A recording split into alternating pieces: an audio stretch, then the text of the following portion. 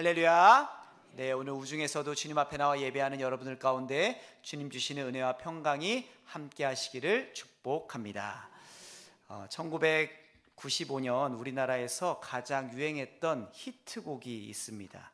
김건모의 잘못된 만남입니다. 난 너를 믿었던 만큼 난 내 친구도 믿었기에 라고 시작해서 그 어느 날 너와 내가 심하게 다툰 그날 이후로 이렇게 쏙쏙 들어오는, 지금 웃으시는 분들은 아마 많이 들으셨던 분들 같습니다. 네, 가사와 내용으로 대중들에게 많은 사랑을 받았던 곡입니다. 어릴 적 이 노래가 길가에서 진짜 많이 이제 울려 퍼졌던 게 아직도 기억이 납니다. 근데 그 노래의 의미가 그때는 사실 무슨 의미인지 잘 몰랐습니다. 근데 확실하게 제가 기억나는 게 한 가지가 있는데, 만남이 아무래도 좀 중요한가 보다, 잘못된 만남도 있고 잘된 만남도 있나 보다, 이렇게 어릴 적 생각했던 기억이 납니다. 마르틴 부버라는 사람은 이런 말을 했습니다. 참된 삶은 만남이다. 인간의 일생에 있어 중요한 게 참 많지만 만남은 참으로 중요한 것입니다. 그래서 우리가 기도할 때 만남의 복을 놓고 많이들 기도하잖아요. 왜 그렇죠? 인생에는 여러 가지 복이 있지만 그 중에 가장 큰 복이 만남의 복이기 때문입니다. 인간사 잘못된 만남으로 고통 가운데 있는 사람들이 또 얼마나 많습니까? 잘못된 만남임을 알면서도 끊어내지 못해서 또한 힘들어하는 사람들이 얼마나 많습니까? 종교개혁가 칼빈은 사람은 태어나서 3번의 만남이 있다고 그렇게 이야기했습니다. 첫 번째는 부모와의 만남이고, 두 번째는 인생의 반려자와의 만남이고, 그리고 가장 중요한 만남은 3번째인데 그것은 하나님과의 만남이다 라고 말했습니다.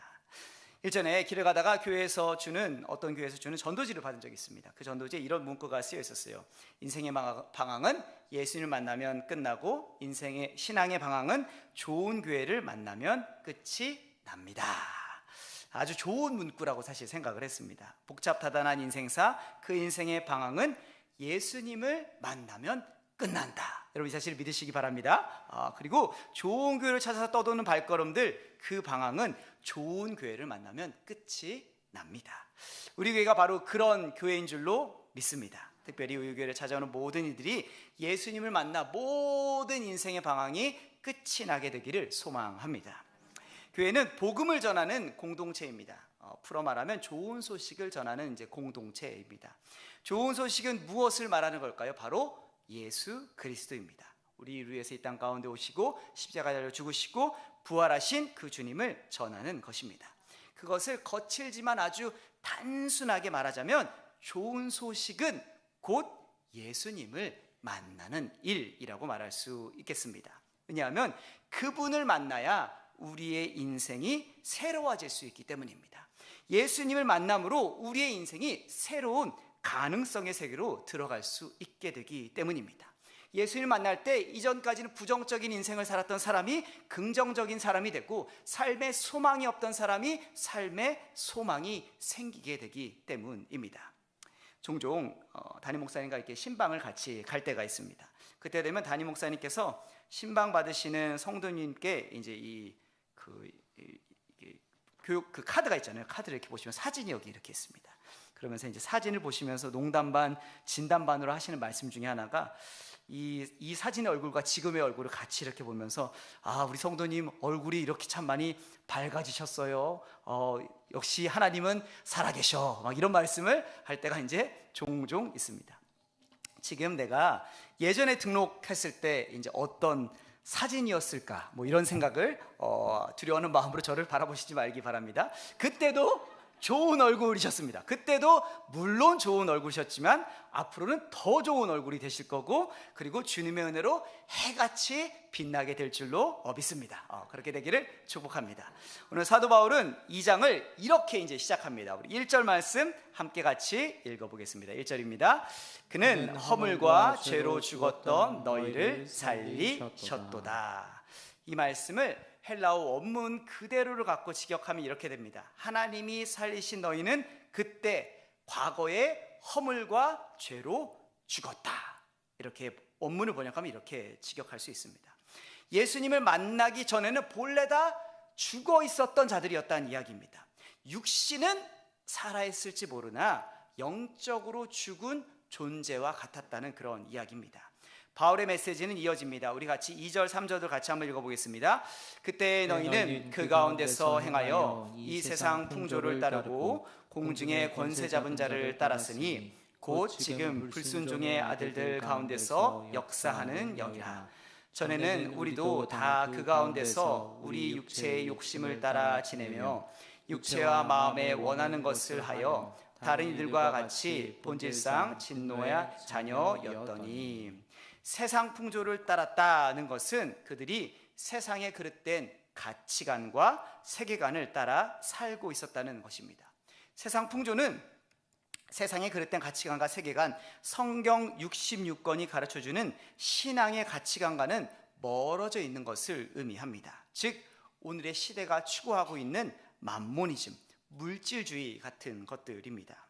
공중의 권세 잡은 자, 곧 지금 불순종의 아들 가운데 역사하는 영을 따랐다는 것은 그들이 마귀, 사탄의 힘을 따랐다는 것을 이야기합니다. 바울이 활동하던 시대는 로마 시대입니다. 그때는 다신교 사회였습니다. 영적으로 매우 혼미했던 시대입니다. 또한 그 시대는 세상을 무력과 군대로 정복하면서 제국을 확장해 가던 힘과 권력이 우상이 되던 시대였습니다.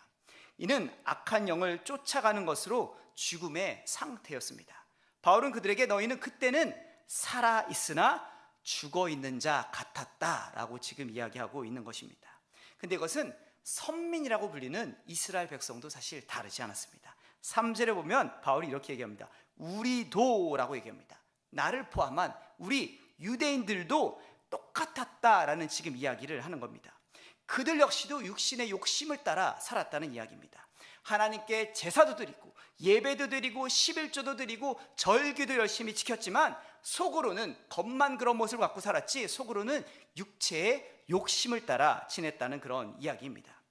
그러한 육체의 욕심을 바울은 갈라디아서 5장 19절 21절에서 이렇게 말합니다. 이 말씀 같이 한번 읽어보면 좋겠습니다. 함께 읽겠습니다. 육체의 일은 분명하니 곧 음행과 더러운 것과 후색과 우상 숭배와 주술과 원수 맺는 것과 분쟁과 시기와 분냄과 당 짓는 것과 분열함과 이단과 투기와 술 취함과 방탕함과 또 그와 같은 것들이라.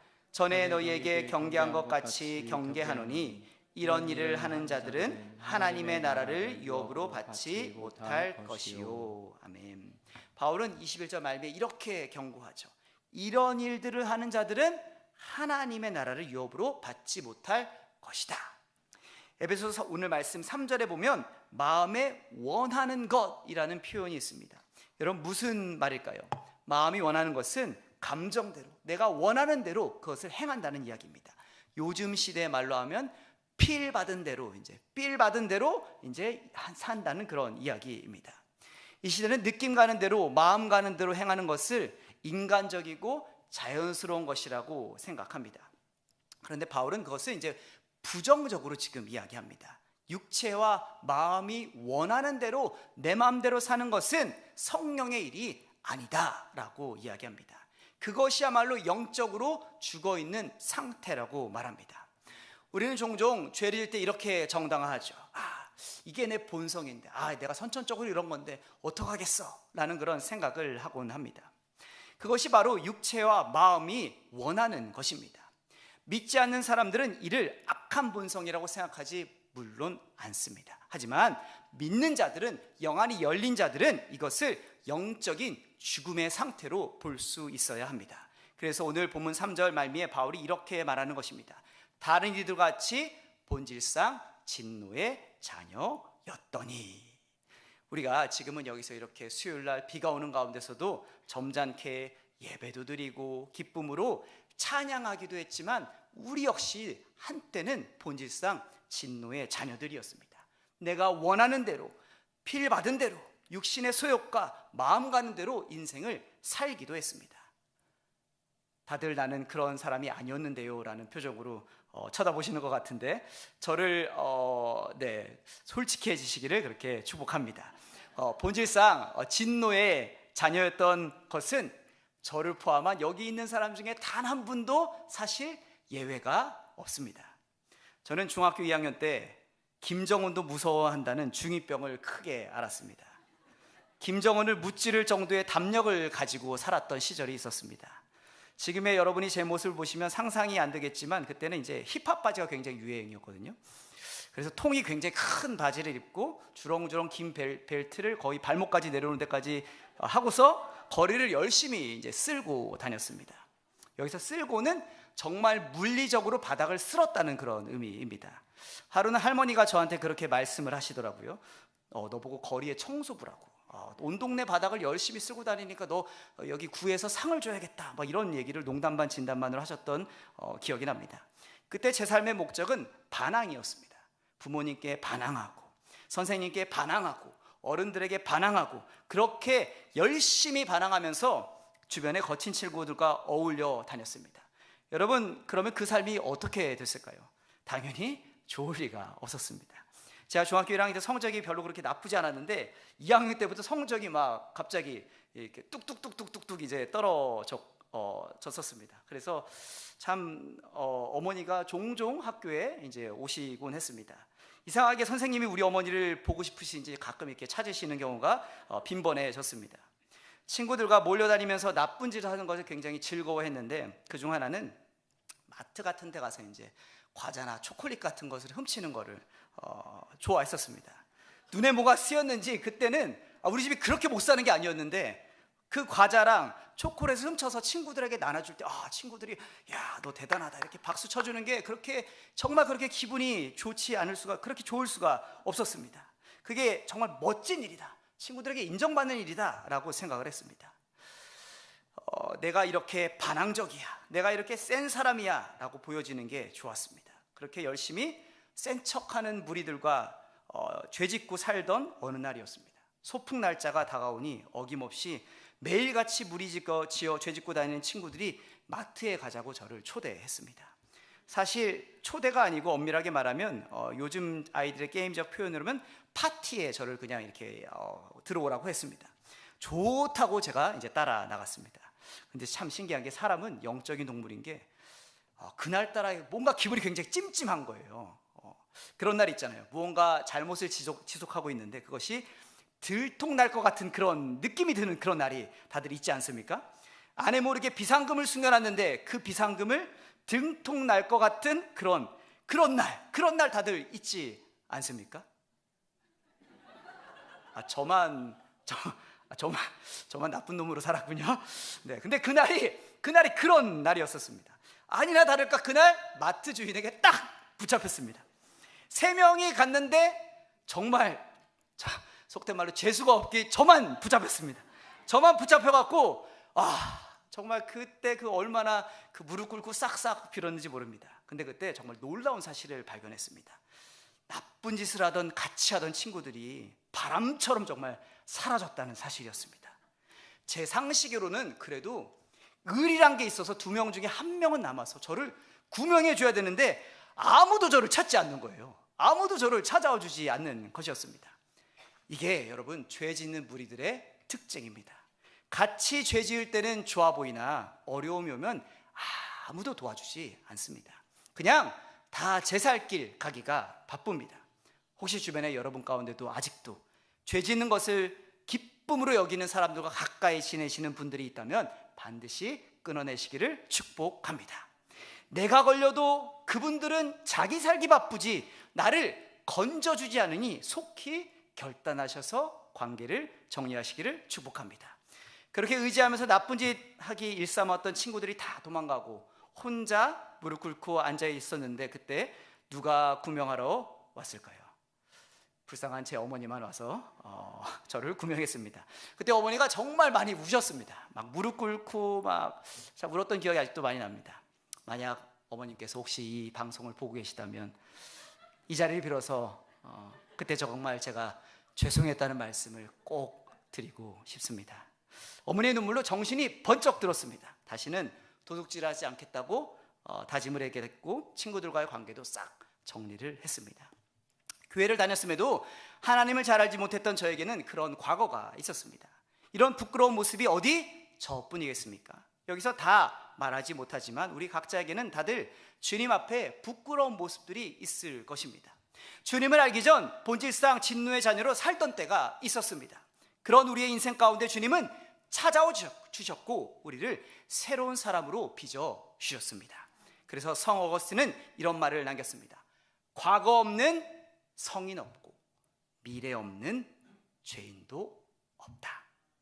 여러분 중 지난날의 부끄러움으로 숨기고 싶은 과거가 있으신 분 계십니까? 주님께서는 말씀하십니다. 그리스도 안에서 새로운 피조물이 되었다. 이전 것은 지나갔으니 보라 새 것이 되었도다.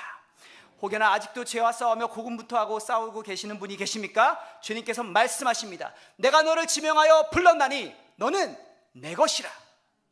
죄와 싸우되 피 흘리기까지 싸우시기를 축복합니다. 성령 하나님께서 말할 수 없는 탄식으로 여러분을 위해 기도할 것이며 여러분은 죄의 자식이 아니라 하나님의 자녀로 살아가게끔 도와주실 것입니다. 주님께서는 죄와 허물로 죽으셨던 우리를 살리셨습니다. 죄와 허물 가운데 살던 우리를 찾아와 주셨습니다. 우리는 종종 우리가 하나님을 찾았다고 생각을 합니다. 하지만 그렇지 않습니다. 하나님이 우리를 찾아와 주시는 것입니다. 하나님 우리 인생 가운데 찾아와 주시고 만나 주시고 우리를 불러 주시는 것입니다. 모세는 광야의 목동이었습니다. 출애굽기 3장 1절은 모세의 상태를 이렇게 전합니다. 모세가 그의 장인 미디안 제사장 이드로의 양떼를 치더니. 여러분 모세가 40년 동안 양을 쳤습니다. 하지만 40년 동안 모세는 자기 양도 한 마리 없는 빈털터리 같은 신세였다는 이야기입니다. 그런데 그가 이드로의 양떼, 자기 장인의 양떼를 치고 있었을 때, 삶의 목적을 잃어서 헤매고 있었을 때 모세를 누군가 찾아와 주셨습니다. 누가 찾아왔나요? 하나님이 찾아와 주셨습니다. 떨기나무 가운데 거룩한 불꽃으로 방황하며 갈 길을 모른 영웅과 같은 모세를 찾아와 주셨습니다. 모세가 하나님을 찾은 것이 아닙니다. 하나님이 모세를 찾았습니다. 아무도 없는 광야, 아무도 나를 기억해 주지 않는 잊혀진 것 같은 인생길에 놓인 모세를 하나님이 찾으셨고 그를 만나 주셨습니다. 그 하나님은 지금도 저와 여러분의 인생을 찾아와 주시는 하나님임을 믿으시기를 바랍니다. 주 예수 내가 알기 전 날 먼저 사랑했네. 그 크신 사랑 나타나 내 영혼 거듭났네.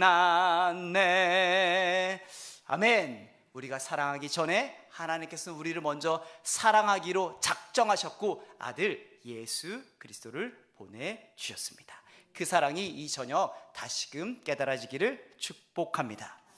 바울은 그렇게 본질상 진노의 자녀였던 우리의 상태를 말하다 4절에 들어 완전 다른 분위기의 말씀을 전합니다. 우리 4절 5절 말씀 같이 한번 읽어보겠습니다. 궁일이 풍성하신 하나님이 우리를 사랑하신 그 큰 사랑으로 인하여 허물로 죽은 우리를 그리스도와 함께 살리셨고 너희는 은혜로 구원을 받은 것이라. 아멘.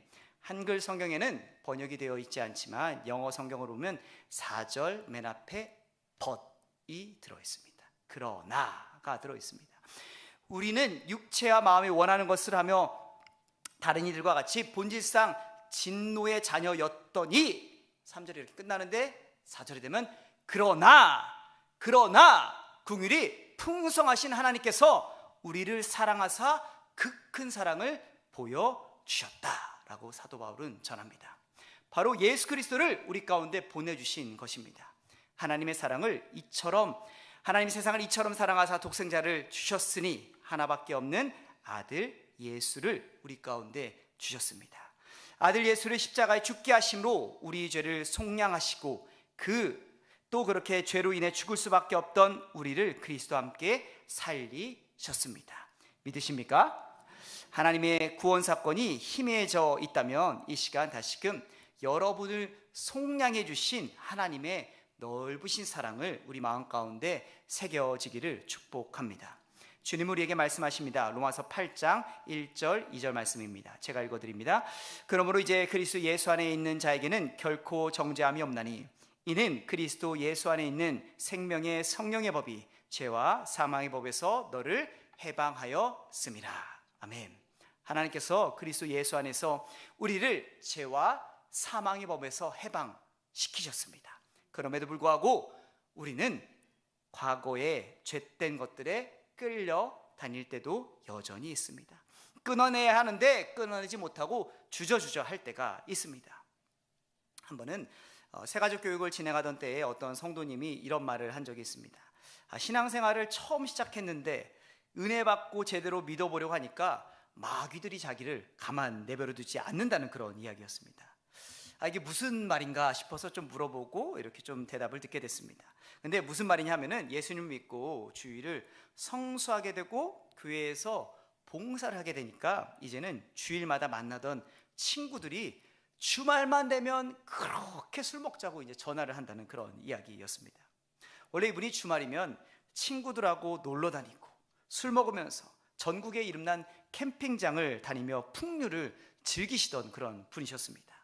비가 오면 운치가 있어서 캠핑을 가고, 날씨가 좋으면 화창해서 캠핑을 가고, 추우면 안에서 라면에 뭐 하나 이렇게 같이 한잔 하는 게 좋아서 캠핑을 가던 그런 분이셨는데 갑자기 은혜를 받으니까 친구들하고 더 이상 놀기가 싫어졌다는 것입니다. 그러니 친구들이 그렇게 전화를 정말 열심히 매번 했다고 합니다. 사람이 갑자기 변하면 죽는다느니 뭐 말도 안 되는 소리를 하면서 계속 유혹을 했습니다. 그러나 어느 날 이분이 큰 결심을 하고 이 친구에게 이렇게 말했다고 합니다. 그래, 주말마다 술 먹던 나 김석종은 이제 죽었어. 김석종은 이제 죽었으니까 이제 전화하지 마. 전화할 거면 그 김석종 찾을 거면 아예 나를 찾지 마 라고 그렇게 친한 친구에게 이야기했다고 합니다. 그분이 아직 신앙생활한 지 1년도 채 되지 않았을 때의 이야기입니다. 그러나 그분의 답변은 매우 중요한 신앙적 메시지가 들어 있습니다. 우리가 예수님을 믿는다는 것이 어떤 의미입니까? 예수 그리스도와 함께 옛사람이 죽고 새 사람이 된다는 것입니다. 이전에 내가 죽고 새로운 자아로 다시 태어나는 것입니다. 술을 좋아하던 술 먹던 나는 죽고 오직 내 안에 이제는 예수 그리스도만이 살아있는 것입니다. 혹여나 지금 이 시간에도 내 마음 가운데 지난날의 과거의 죄악들이 나를 유혹할 수 있습니다. 마귀가 우는 사자처럼 내게 덮쳐올 수도 있습니다. 그때 여러분 선포하실 수 있기를 바랍니다. 나는 이미 죽었어. 나는 예수 그리스도 안에서 이미 죽었어. 술 먹던 나는 죽었어. 방황하던 나는 죽었어. 예수 그리스도 안에서 나는 새로운 피조물이야 라고 선포하실 수 있기를 축복합니다. 죄에 끌려다니지 마시고 죄를 이겨낼 수 있는 힘과 능력을 성령 하나님께 구하시기를 축복합니다. 바울은 우리를 살리신 구원의 은혜를 이렇게 말합니다. 너희는 은혜로 구원을 받은 것이라. 받을 자격 없는 자에게 주어지는 것, 그것이 바로 은혜입니다. 바울은 이어서 우리를 구원하신 하나님의 놀라운 은혜를 전합니다. 우리 6절 말씀 같이 한번 읽어보겠습니다. 6절입니다. 또 함께 일으키사 그리스도 예수 안에서 함께 하늘에 앉히시니. 우리를 일으키신 분이 우리가 예수 안에서 함께 하늘에 앉았다는 게 무슨 의미인가 싶은 생각이 드실 수 있겠습니다. 왜냐하면 우리는 지금 땅에 앉아 있는데 바울은 우리가 예수와 함께 하늘에 앉아 있다라고 말하기 때문입니다. 여러분 이게 무슨 뜻일까요? 우리는 본래 창조되었을 때 땅에 충만하며 땅을 정복하고 땅을 다스릴 권세를 받은 자로 지음을 받았습니다. 그러나 인간의 죄와 타락이 이 통치의 능력을 상실하게 만들었습니다. 더 이상 다스림의 권세는 사라지게 되고 죄와 마귀의 종노릇을 하게 되었습니다. 그러나 하나님께서는 우리를 은혜로 구원하사 우리의 신분을 변화시켜 주셨습니다. 죄 중에서 하나님의 자녀로 삼아 주셨습니다. 하나님의 양자 삼아 주셨습니다. 땅에는 살지만 하늘에 속한 자로 땅을 다스릴 권세가 회복되었다는 그런 이야기입니다. 그 권세는 무엇으로 드러날까요? 우리의 영원한 모델이신 예수님처럼 기도와 섬김으로 드러납니다. 우리 함께 요한복음 14장 13절 14절 말씀을 같이 한번 읽어보겠습니다. 함께 읽습니다.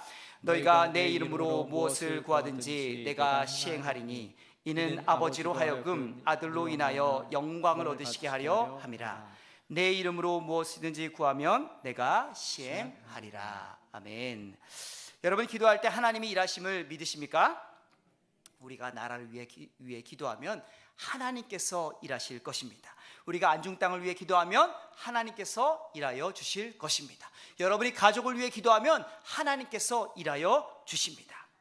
내 이름으로 무엇이든지 구하면 내가 시행하리라. 세상에 살지만 하늘에 속한 자로 기도와 성김을 통해 하나님이 주신 자녀의 권세를 행하며 살아가시기를 축복합니다. 한 이야기를 끝으로 설교를 맺고자 합니다. 빅토르 유고의 레미제라블이라는 소설이 있습니다. 그 소설에 가장 아름다운 장면 중에 하나가 있습니다. 굶주린 조카들을 먹이기 위해서 빵 한 조각을 훔친 절도죄로 19년간 감옥에 들어갔던 장발장이 출소를 합니다. 하지만 감옥에 갔다 왔다는 낙인이 그를 아무도 받아들여 주지 않게 됩니다. 자신은 돈이 있고 충분히 지불할 역량이 있다고 말해도 식당, 여관 그 어느 곳에서도 그를 받아주지 않았습니다. 그를 유일하게 받아준 곳이 있었는데 그곳은 교회였고 교회에서 목회하던 미리엘 주교였습니다. 미리엘 주교는 아무도 받아주지 않던 장발장에게 따뜻한 침대를 내어주고 음식도 주었습니다. 그런데 장발장은 옛 죄의 습성을 버리지 못하고 미리엘 주교의 사랑을 배신하여 밤에 몰래 자신을 대접했던 그 은식기를 훔쳐 도망칩니다. 도망도 잠시 그는 헌병에게 붙잡혀 다시 교회로 끌려옵니다. 헌병이 미리엘에게 이 은식기가 교회의 것이냐고 묻습니다. 그때 미리엘 주교는 붙잡혀온 장발장을 부르면서 이렇게 이야기합니다. 이 사람아, 내가 은식기만 가져가라고 한 게 아니라 이 은촛대도 가져가라고 했는데 왜 이거는 안 가져갔냐? 라고 하면서 오히려 장발장을 나무랍니다. 그렇게 헌병들이 떠나고 미리엘 주교는 도무지 이 상황이 무슨 상황인지 납득하지 못한 어안이 벙벙하고 있는 장발장에게 이렇게 말합니다. 내 형제여, 이것을 기억하시오. 이 사건 속에서 더 큰 계획을 보시오. 당신은 이 귀한 은을 정직한 사람이 되는데 사용해야 하오. 순교자들의 증언과 예수 그리스도의 순환과 피로 하나님께서는 당신을 어둠으로부터 일으키셨소. 난 당신을 위해, 하나님을 위해 당신의 영혼을 샀소. 이 만남으로 장발장의 인생은 송두리째 변화되게 됩니다. 그는 더 이상 죄인 장발장이 아니라 어려운 사람을 돕고 지역을 살리는 새로운 사람으로 살아가게 됩니다. 사랑하는 성도 여러분, 우리는 예전에 본질상 진노의 자녀로 육체와 마음이 원하는 것을 따라 살았습니다. 그런 우리의 인생 가운데 하나님은 찾아오셨고 하나님은 저와 여러분을 그 아들의 핏값으로 사셨습니다. 죄와 어둠으로부터 우리에게 자유와 해방을 주시기 위해 하나님은 그 아들 예수의 십자가의 피로 지불하사 우리를 속량하셨습니다. 고린도전서 2장 60절입니다. 값으로 산 것이 되었으니 그런즉 너희 몸으로 하나님께 영광을 돌리라. 아멘. 우리는 예수 그리스도의 순환과 피로 하나님께서 어둠으로부터 건져낸 자들입니다. 그분이 예수의 피로 우리를 사셨습니다. 그 은혜를 꼭 기억하시면서 우리의 삶은 우리의 것이 아니요 주님의 것임을 기억하시기를 축복합니다. 주로 인해 새롭게 주어진 인생을 기억하면서 예전에 죄된 과거의 삶에 더 이상 매여 살지 마시고 하나님의 영광을 위해 그분의 나라와 그분의 의를 위해 살아가시길 우리 구주 예수 그리스도의 이름으로 축원드립니다. 주님은 말씀하십니다. 값으로 산 것이 되었으니 그런즉 너희 몸으로 하나님께 영광을 돌리라. 아멘. 함께 기도하시겠습니다.